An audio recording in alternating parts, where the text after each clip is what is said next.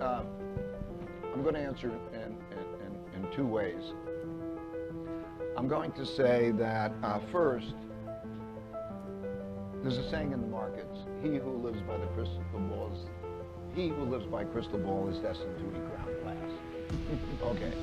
What I mean is, what you don't know is very important relative to what you do know. For that reason, understanding how to properly balance and diversify a portfolio, and that diversification should be of countries, currencies, and asset classes, is something that's important.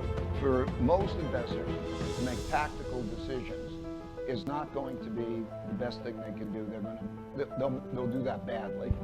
And when you come to conferences like this, you will get different points of view.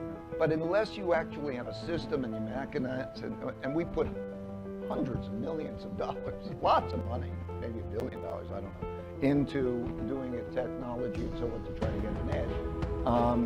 So number one is respect what you don't know and know how to diversify well. Because diversifying allows you to reduce your risk by up to 80% without reducing your income, without reducing expected return, if you know how to do that well. Okay. Then I think what you have to do is you have to look at the relative appeal of asset classes.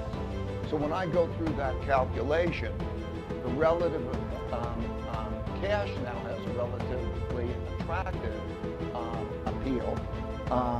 Sort of people, when I said cash is trash, and that got a lot of attention, but that's when cash was nil. Okay.